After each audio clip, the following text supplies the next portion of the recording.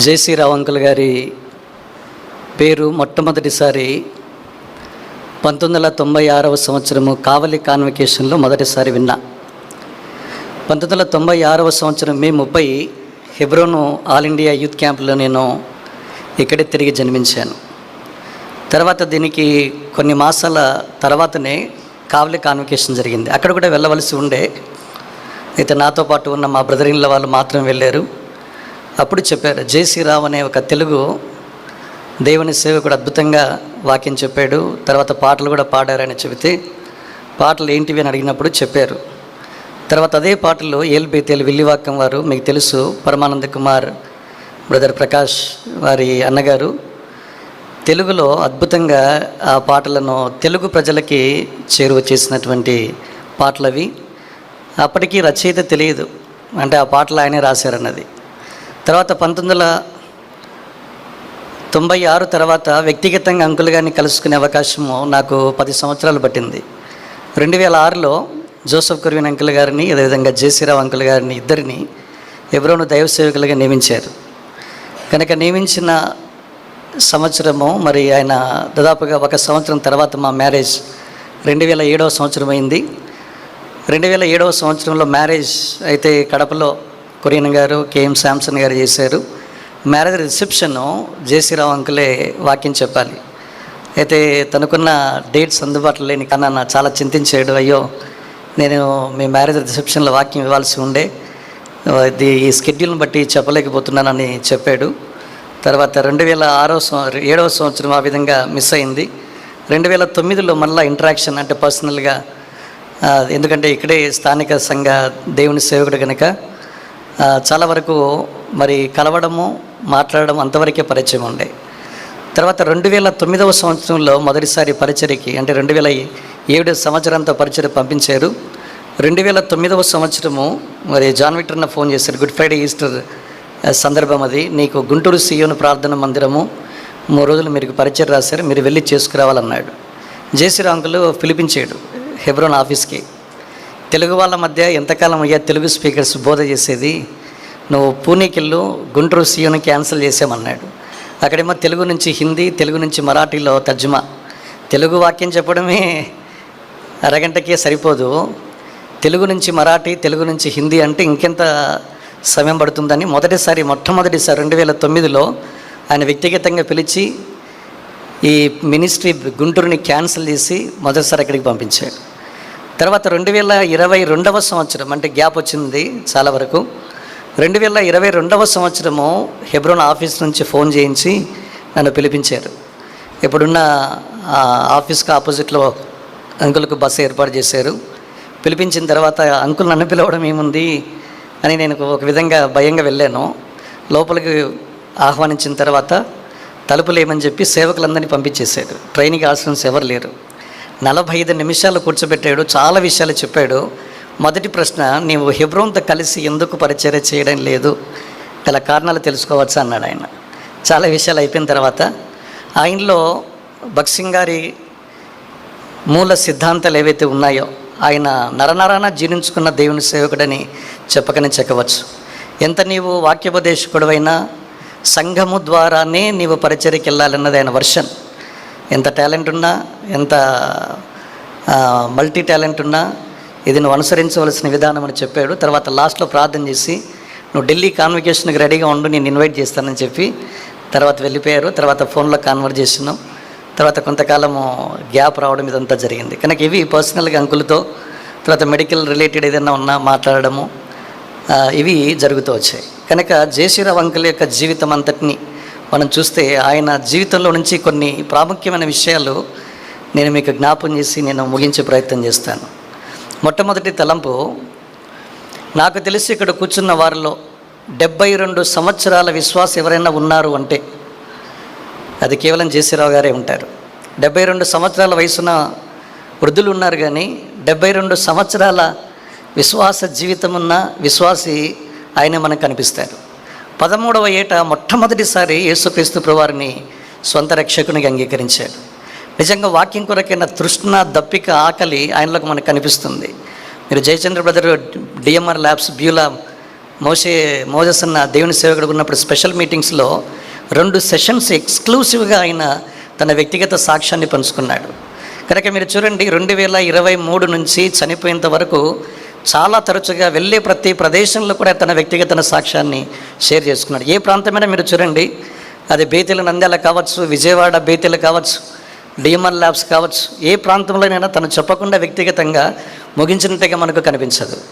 నిజంగా ఒక మాట నాకు జ్ఞాపకం వస్తుంది. జేసీ రావు సర్వెంట్ ఆఫ్ గాడ్ అన్న దగ్గర సర్వెంట్ ఆఫ్ ద వర్డ్, వాక్య సేవకుడు, లూకా 1:1 మనకు చూస్తాం. ఘనత వహించిన థియోఫిలా, ఆరంభము నుండి వాక్య సేవకులైన వారు మనకు అప్పగించిన. Servant of God is different from servant of the word. వాక్య సేవకునికి దైవ సేవకునికి చాలా వ్యత్యాసం ఉంది. కనుక నేను నొక్కి చెప్పడం ఏంటంటే, వాక్యమును మన వ్యక్తిగత జీవితాలకు అన్వయించుకోవాలి. అదే అనుభవంలో నుంచి దీని యొక్క వాక్యాన్ని బోధించాలన్నది చాలా ఘంటాపథంగా చెప్పే దేవుని యొక్క సేవకుడు. అందుకే 13 ఏట రక్షించబడినప్పుడు తను స్కూల్కి వెళ్ళేటప్పుడు మీరు గమనించారు లేదా, చెప్పిన సాక్ష్యంలో ఆయన పెద్దచ్చు బైబిల్ను తను ఉంచుకున్న బుక్స్తో పాటు తీసుకుని వెళ్ళేవాడు. హెడ్ మాస్టర్ అన్నాడు కదా, పిలిచి నీకేం పిచ్చి పట్టిందని అన్నారు కదరా, నీకేం పిచ్చి పట్టిందంటే బైబిల్ తీసి చూపించు. ఓహో, ఈ పిచ్చి పట్టిందా అన్నాడు. కనుక దేవుని యొక్క వాక్యము చేత ఆయన పెంపార చేయబడ్డాడు. అందుకే మీరు 1 తిమోతి 4:6 ప్రకారము విశ్వాస సంబంధమైన వాక్యముల చేత, సుబోధ సంబంధమైన వాక్యముల చేత పెంపారితే దేవునికి లేదా క్రీస్తునకు మంచి పరిచారకుడవైందువు. కనుక దినాన 86 సంవత్సరాల వయసులో 72 సంవత్సరాల విశ్వాసిగా పలు చోట్ల దీని యొక్క వాక్యాన్ని ప్రకటించిన మంచి పరిచారకునిగా సాక్ష్యాన్ని పొందాడు. తన యాత్రను ముగించి వెళ్ళిపోయాడు. ఈ దినాల్లో కూర్చున్న ప్రతి యవనస్తునికి, ముఖ్యంగా హెబ్రోను సమాజంలో పరిచర్య చేసే ప్రతి పరిచారకునికి, ప్రసంగికునికి, దేవుని సేవకునికి ఆయన ఒక చక్కటి మాదిరి. పాయింట్ నెంబర్ 2, 2వ తలంపు. నాకు తెలిసినంత వరకు భక్సింగ్ గారి గురించి చాలా తరచుగా కోట్ చేసే సేవకులు చాలామంది ఉన్నారు. చాలా తరచుగా కోట్ చేసే సేవకులు 2 ఉన్నారు. 2 మన మధ్య నుంచి వెళ్ళిపోయారు. 1 తిమోతి గారు, 2 జేసీరావు గారు. మీరు చూడండి, మిగతా సేవకులు చేయరా అంటే మళ్ళీ నేను వాళ్ళు తక్కువ చేయడం లేదు. చాలా తరచుగా కోట్ చేస్తాడు. ఆయనకున్న అది భక్తిభావము దేవుని ఎడల కనపరిచినట్లుగా కృతజ్ఞతా భావాన్ని భక్సింగ్ గారి యొక్క కుటుంబానికి ఆయన కనపరిచాడు. మీరు చూడండి, భక్సింగ్ గారి యొక్క కొడుకుని వ్యక్తిగతంగా కలిసిన వాళ్ళలో జీపీ రావు గారు, జేసీరావు గారే మనకు కనిపిస్తారు. మనకు 2000 సంవత్సరం వరకు మాత్రమే టీఈ కోశిగా రాసిన పుస్తకంలో ఇవి మనకు కనిపించవు, పేర్లు మాత్రమే కనిపిస్తాయి. ఓంకార్ చాబ్రాని deputy director general to the customs department ఇంటికి వెళ్ళి పరామర్శించి, మీ నాన్నగారి కోవర్కర్స్ బాబు మేమని చెబితే పరామర్శించి, తర్వాత ఆతిథ్యాన్ని స్వీకరించిన తర్వాత వారి ఇంటికి స్వీకరించి ఆహ్వానించి ఆతిథ్యం చేసిన కుటుంబం ఇది. కనుక భక్సింగ్ గారి యొక్క కుటుంబం మీద ఎందుకు అంకులు మీరు ఇంత వైరాగ్యం అని అడిగితే అంటాడు, ఏ వ్యక్తిని బట్టి ఈ సమాజాల్లో విశ్వాసులుగా, దేవుని సేవకులుగా మనం ఈ దినాన వర్ధిల్లామో ఆ వ్యక్తి కుటుంబాన్ని మనం జ్ఞాపకం చేసుకోవాలన్నాడు ఆయన. ఒక చిన్న మేలు మనం పొందినప్పుడు మనం కృతజ్ఞత కలిగి ఉంటాం. ఇలాంటి గొప్ప సమాజము, గొప్ప వెలుగు, గొప్ప దర్శనము, ప్రత్యక్షత కలిగిన ఈ సమాజాన్ని, ఈ సహవాసాన్ని నీకు నాకు పరిచయం చేసి ఇందులోనికి నిన్ను నన్ను తీసుకుని వచ్చి క్రీస్తు శిరసత్వము కింద నిన్ను నన్ను పెంపారునట్లుగా చేసిన ఆ దైవజనుడి కుటుంబానికి, ఆయనకు మనము సర్వదా కృతజ్ఞులమై ఉండాలని చెప్పడము. ప్రతి సంవత్సరము వారి కుటుంబ సభ్యులతో ఇంటరాక్షన్ కలిగి ఉంటారు. ఒకసారి చెప్పాడు సాక్ష్యంలో వ్యక్తిగతంగా, భక్సింగ్ గారి గ్రేట్ గ్రాండ్ డాటర్ అనుకుంటాను, వారి కుటుంబ సభ్యుల్లో ఒకరికి మరి అమ్మాయిని వారి కుటుంబంలో ఒక వ్యక్తికి వివాహం చేసుకున్నారు. కనుక ఒక రకంగా భక్సింగ్ గారి బంధువులు వీళ్ళు. కనుక ఇలాంటి ఘనత బహుశా భక్సింగ్ గారి యొక్క కుటుంబ సభ్యులన్నా వారి కొరకు ప్రార్థించి వ్యక్తులు ఎక్కడున్నా సరే అన్నాడు. ఒకసారి ప్రతి సంవత్సరం యూకేకి వెళితే ఈ డిడి కస్టమ్స్ డిపార్ట్మెంట్ ఈ ఓంకార చాబ్రా గారి కుమార్తె కానీ కెనడా కానీ తర్వాత యూకేలో కానీ తప్పనిసరిగా సంవత్సరంలో ఒకసారి మేము కలుసుకుంటామని ఆయన సాక్ష్యం చెప్పాడు. నిజంగా భక్సింగ్ గారి ఏదైతే తను విన్నాడో తన జీవితంలో, ఎందుకంటే 13వ ఏట రక్షించబడిన తర్వాత దాదాపుగా ఒక 10 సంవత్సరాలను బ్యాక్ స్లైడ్ అయ్యాడు. అది కూడా ఇది డిఎంఆర్ ల్యాబ్స్లో మీరు వింటారు. నాటకాలంటే ఆయనకు పిచ్చి చెప్పాడు అందులో. కనుక అటువైపుగా తప్పుదారిపోయినప్పుడు కర్నూల్లో కడప అబ్రహాం జోసెఫ్ గారు తెలుసు మీకు, ఆయన ఇది 1961వ సంవత్సరంలో జరిగిన సందర్భం ఇది. కనుక దేవుని యొక్క సేవకుడు భక్సింగ్ గారు స్పెషల్ మీటింగ్ వస్తున్నాడంటే వారి బంధువు కర్నూలు ఉన్నప్పుడు అరవిందం గారు వెళ్ళారు, జేసీరావు అంకుల్ గారు వెళ్ళారు. తర్వాత భక్సింగ్ గారు వచ్చినప్పుడు దీని యొక్క వాక్యం ద్వారా తను నూతనంగా దర్శించబడ్డాడు. ఒక క్రొత్తగా ప్రభుకు పునఃప్రతిష్ఠించుకున్నాడు. తెలుగు బైబిల్ని మరి అబ్రహాం జోసెఫ్ గారు బుక్ రూమ్లో ఉంటే తెల్లటి బైబిల్ను తీసుకుని వెళ్ళి భక్సింగ్ గారి దగ్గరికి వెళ్ళి ఆయనతో ఆటోగ్రాఫ్ తీసుకున్నాడు. మొట్టమొదటి అంటే 10 years గ్యాప్ ఏదైతే ఉందో తన జీవితంలో ఇప్పుడు చెప్పే consistent Christian life is impossible. నిలకడతో కూడిన క్రైస్తవ జీవితం అన్నది చాలా అసాధ్యం. అది దేవుని యొక్క మహాకృప ఉంటేనే సాధ్యం. కనుక దేవుని దాసు నిజాయితీగా ఒప్పుకున్నాడు, నేను పడిపోయాను, నాటకాల రంగంలో కొట్టుకుపోయాను, అయితే దేవుని మహాకృపను బట్టి తిరిగి సమకూర్చబడ్డానికి దేవుడు నాకు మంచి అవకాశం ఇచ్చాడు. ఆ దినము అబ్రహాం జోసఫ్ గారి చేతిలో నుంచి బైబిల్ తీసుకున్నాను, భక్సింగ్ గారి దగ్గర తీసుకెళ్ళాను. భక్సింగ్ గారు ప్రవచనాత్మకంగా నా జీవితానికి సరిపడినంత, నా పరిచయకు సరిపడినంత 4 వచనాలు నా బైబిల్లో రాశాడని చెప్పాడు. ఇవన్నీ మీకు ఆయన చెప్పిన సాక్ష్యంలో కనిపిస్తాయి. అది మత్తయి సువార్త 10 కావచ్చు, యెహోషువ గ్రంథం 1:8 కావచ్చు, 119 కీర్తన 99 వచనం, 100 వచనాలు ఇవి కావచ్చు. ఈ ప్రశస్తమైన అమూల్యమైన వాగ్దానాలు తన జీవితంలో వెనుతిరగక అది వరకు ఎన్నడూ క్రీస్తు కొరకు ముందుకే కొనసాగడానికి నా జీవితంలో ఈ 4 వాగ్దానాలు లంగర్లాగా పనిచేసాయి అన్నాడు. వాస్తవానికి తర్వాత ఎక్కడ కూడా ఆయన వెనుతిరిగినట్లుగా మనకు కనిపించదు. 1989 గ్రేట్ బ్లో, వారి కుటుంబంలో ఆంటీ గారు మహిమలోని కొనుకోబడ్డారు. ఎందుకంటే వారి కుమారుడు యొక్క బర్త్డే రోజే ఆ ఇన్సిడెంట్ జరిగిందని చెప్పడం జరిగింది. తర్వాత ఈ కష్టాలు, శ్రమలు, బాధలు, తర్వాత కుమారుని యొక్క అనారోగ్యం, రాజమండ్రి, వీటన్నిటి అనుభవాలు గుండా వెళ్ళాడు. ఆయన అన్నాడు, నేను ఈ కష్టాలను కానీ శ్రమలను నేను ఇన్వైట్ చేశాను అన్నాడు ఆయన. అందుకే కష్టములన్నింటినీ ప్రియముగా భరింతును, నీ కొరకే జీవింతుననే ఆ పదాలు అనుభవపూర్వకంగా రాసినట్లుగా చూస్తాం. ఆయన ఈ పదాలు రాసినప్పుడు మార్టిన్ లూథర్ గారు రాసిన ఒక మాట నాకు గుర్తొచ్చింది. Prayer, study and suffering make a pastor అనే మాట ఉంటుంది. ప్రార్థనా జీవితము, దీని యొక్క వాక్యాన్ని చదవడము, శ్రమలు కలిగిన ఒక విశ్వాసి ఒక కాపరిగా తీర్చిదిద్దబడతాడని చెప్పాడు. వాస్తవానికి ఆయన కాపరిగా తీర్చిదిద్దబడ్డాడు. అందుకే అనేక మందిని తాకగలిగాడు. ఒక వ్యక్తి తన అనుభవంలో యేసుక్రీస్తు ప్రభు యొక్క ప్రేమ ఏ పరిమాణంలో తను అనుభవించి రుచించగలడో అదే పరిమాణంలో కూర్చున్న విశ్వాసం తాకగలడు. అంతకు మించి తాకలేడు. అది ఈ మెదల్లో నుంచి చెవిలోనికి ఇక్కడి నుంచి వెళ్ళిపోతూ ఉంటుంది. కానీ హృదయంతరంగాల్లో ఏదైతే అనుభవిస్తారో అదే హృదయంతరంగానికి తాకేదిగా ఉంటుంది. అందుకే నా పాటలు చూడండి ఎంతో అనుభవపూర్వకంగా ఉంటాయి, ప్రసంగాలు చూడండి ఎంతో అనుభవపూర్వకంగా ఉంటాయి. ఆల్ టైమ్ ఫేవరెట్ సబ్జెక్ట్స్ కొన్ని ఉన్నాయి. హెబ్రీ పత్రిక 11వ అధ్యాయం ఆల్ టైమ్ ఫేవరెట్. 20 సంవత్సరాల క్రితము హెబ్రోన్లో లాస్ట్ మెసేజ్ ఆయన ఎంచుకున్న శీర్షిక హెబ్రీ పత్రిక 11వ అధ్యాయం. మీకు చూసే బస్ 20 ఏళ్ళ క్రితం ఇక్కడ కూర్చున్న విశ్వాసాలు హెబ్రోన్ వాళ్ళకి ఇది పరిచయం. All time favourite, have faith in God, దేవుని యందు విశ్వాసం ఉంచడి ఆల్ టైమ్ ఫేవరెట్ సబ్జెక్ట్ అయినది. వాక్ వర్ది ఆఫ్ గాడ్, దేవునికి తగినట్టుగా నడుచుకునండి, ఆల్ టైమ్ ఫేవరెట్ సబ్జెక్ట్ అవన్నీ. ద వర్క్ ఈజ్ గ్రేట్, పని మిక్కిలి గొప్పది, ఇవన్నీ ఆల్ టైమ్ ఫేవరెట్ సబ్జెక్ట్స్ అయినవి. ఇందులో దేవుని సంఘము దానికి సంబంధించిన క్రమాన్ని నొక్కి చెప్పినట్లుగా చూస్తాం. ఒక సందర్భం జ్ఞాపం చేస్తాను, ఎందుకంటే నేను ముగించే ప్రయత్నం చేస్తాను. ఆయన చెప్పే దేవుని సేవకులు ఏదైతే చెప్తారో బాధ్యులైన వారు కావచ్చు, ఇంప్లిసిట్ ఒబీడియన్స్ చూపించాలని చెప్పాడు.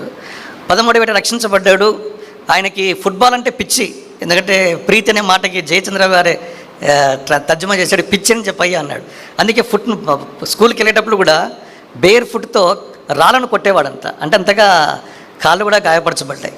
కనుక ఈ బాలు ఈ మందిరానికి జేసుదాస్ గారు, గూడూరు దేవదాస్ ఆల్ టైమ్ ఇక్కడ మనం హెబ్రోన్ పులిపీటి మీద కనీసం 3 సేవకుల గురించి ఎప్పుడు వింటూనే ఉంటాం. ఒకటి అరవిందం గారు, 2 జేసుదాస్ గూడూరు, తర్వాత జాన్ లాజరస్ వాళ్ళ తల్లి గారిని, అరవిందన్ గారిని, యేసుదాస్ గారిని రక్షణలోనికి నడిపించినటువంటి దేవుని సేవకుడు, ఎవాంజలిస్ట్, తమిళనాడు బేస్, కానీ తెలుగు తమిళ అద్భుతంగా మాట్లాడే సేవకుడు ఆయన. కనుక ఫుట్బాల్ ఆడి దేవుని యొక్క మందిరానికి పరిగెత్తుకుంటూ వెళితే వెంటనే దేశదాస్ అంకుల్ అన్నాడు, నువ్వు తిరిగి జన్మించావు, తిరిగి జన్మించిన ఈ వయసులో నువ్వు ఎదగడం అన్నది చాలా ప్రాముఖ్యము, ఈ ఆటను మానేసి వాక్యం దగ్గర సమయాన్ని గడుపు. ఆయన చెప్పాడు ఈ మాట, ఇంప్లిసిట్ ఒబీడియన్స్, అది మొదలుకొని నా జీవితంలో ఫుట్బాల్ నేను ఆడలేదన్నాడు ఆయన. భక్సింగ్ గారికి చాలా ఇష్టమైనది ఇంప్లిసిట్ ఒబీడియన్స్. ఆ భక్తుల జీవితాల్లో విన్నది అనుసరించింది మనకు బోధించారు.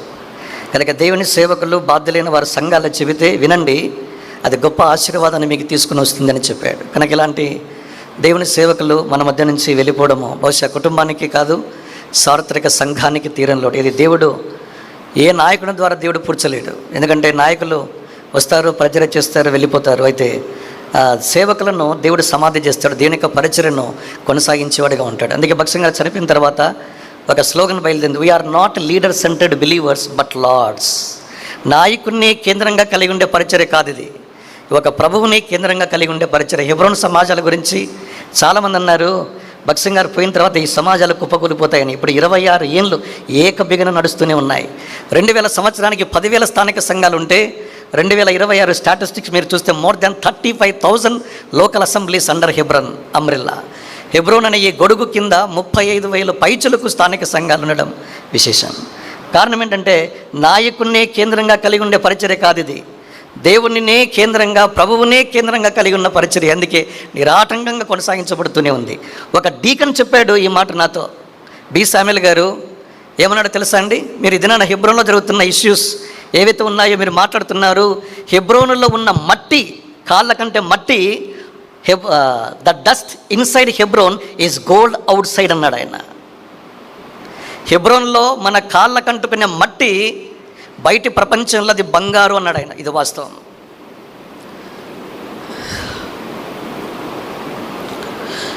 భక్సింగ్ గారి యొక్క లైఫ్ అండ్ లెగసీని కంటిన్యూ చేసిన దేవుని సేవకులలో బహుశా ఈ ఏజ్ గ్రూపులో బహుశా ఈయన చివరి వాడని నేను నమ్ముతూ ఉన్నా. బహుశా నెక్స్ట్ జనరేషన్లో కొరియన్ ఎవరు వస్తారు, తర్వాత నెక్స్ట్ వేరే జనరేషన్ ఉంది, నేను పేర్లు చెప్పనక్కర్లా. కనుక ఇలాంటి దేవుని యొక్క దాసులు ఏదైతే అనుభవించారో, జీవించారో, బోధించారో మనకి, వారు విడిచిపెట్టిన అడుగు జాడలను అనుసరించి మనం కూడా ముందుకు సాగడానికి ఇదే మిక్కిలి అనుకూలమైన సమయం. నూతనంగా ప్రతిష్ఠించుకోవాలి. ఆయన చెప్పే ప్రతి మాట నాకు ఇప్పటికీ ఉంది. నీకు ఎంత ప్రత్యేకమైన కృపావరము, తలాంతు ఉన్న సంఘము యొక్క కేంద్రంలోనే పని కలిగి ఉండే ఎంతోమంది దేవుని సేవకులు చెప్పేదే ఇది. కానీ నేర్చుకున్నదే అది అవలంబించాడు. అంతిమ శ్వాస వరకు అదే చేసి ముగించాడు. నిజంగా ఈ దాని ఏమంటే ఇసుక తోట అంకుల్ ఈ మాసం వెళ్ళాడు, గత మాసం జాన్ విక్టర్ని వెళ్ళాడు, నేను జనవరి మాసం వెళ్ళాను. కనుక అనుకున్నాను నిజంగా దేవుని యొక్క దాసులు అనేక స్థలాలు, అమెరికా టు అమలాపురం, నిజంగా 20వ తేదీ అమలాపురంలో ఉండాలి. ఆయన వెళ్ళిన స్థలాలు, ఆయన వయస్సు, చేసే పరిచర్య ఏమీ సంబంధం ఉండదు. ఏదైనా ఒకరోజు వెళ్ళి రాత్రి ప్రయాణం చేసి ఉదయం పరిచర్య చేసి మళ్ళీ ఒకవేళ మనం ప్రయాణం చేసి ఇంటికి వస్తే మధ్యాహ్నం వరకు పడుకొని నిద్రపోతారు ఈ జనరేషన్. ఒక దేవుని సేవకుడు తర్ఫీదు చేయబడకపోతే మీరు బాగా గుర్తుపెట్టుకోనండి, అలాంటి పరిచర్య సేవ ఈ దినాలు ఏ యవనస్తుడు చేయలేడు. నేను 30 సంవత్సరాల నుంచి చేస్తున్నాను ఇది, నేను ఎరుగుదును. 30 ఏళ్ళకి ఇది చాలా కఠినమైన పరిచర్య. ఇది దేవుడు చిన్నప్పటి నుంచే తయారు చేసి 13వ ఏట సిద్ధపరిచారండి ఇతన్ని, దేవుని యొక్క దాసుని. 72 ఏళ్ళు ఏకబిగిన ప్రకటించాడు. 86 ఏళ్ళు ఆయన తన తుది శ్వాస వరకు చేసి ఇదే ప్రభు సేవలో ముగించాడు. నీతిమంతులు కలిగే మరణం కావాలని కోరుకునే వారి కోకలలో చాలా అరుదుగా కొంతమందికి వస్తుంది. కనుక బెడ్డిని కాకుండానే తిమోతి గారు వెళ్ళిపోయారు. బెడ్డిని కాకుండానే గత సంవత్సరము ట్యూడా రెజినాల్ గారు వెళ్ళిపోయారు. బెడ్డిని కాకుండానే జేసరావు గారు మన మధ్య నుంచి అంకుల్ గారు వెళ్ళిపోయారు. కనుక దేవుని యొక్క దాసులకి నిజంగా ఒక మంచి మరణాన్ని చేయడు. వారు చేసిన సేవ మరి పూర్తి చేశారు, వెళ్ళిపోయారు. వారి క్రియలు, వారి ఫలం ఇంకా నిలిచి ఉంది. దాన్ని ఆస్వాదిస్తూ వారి అడుగుజాలను అనుసరించడానికి విశేషంగా మనము నూతనంగా ప్రతిష్ఠించుకునే ఒక మంచి సందర్భం. దేవుడు ఇచ్చిన సాక్ష్యం దీవించునుగాక.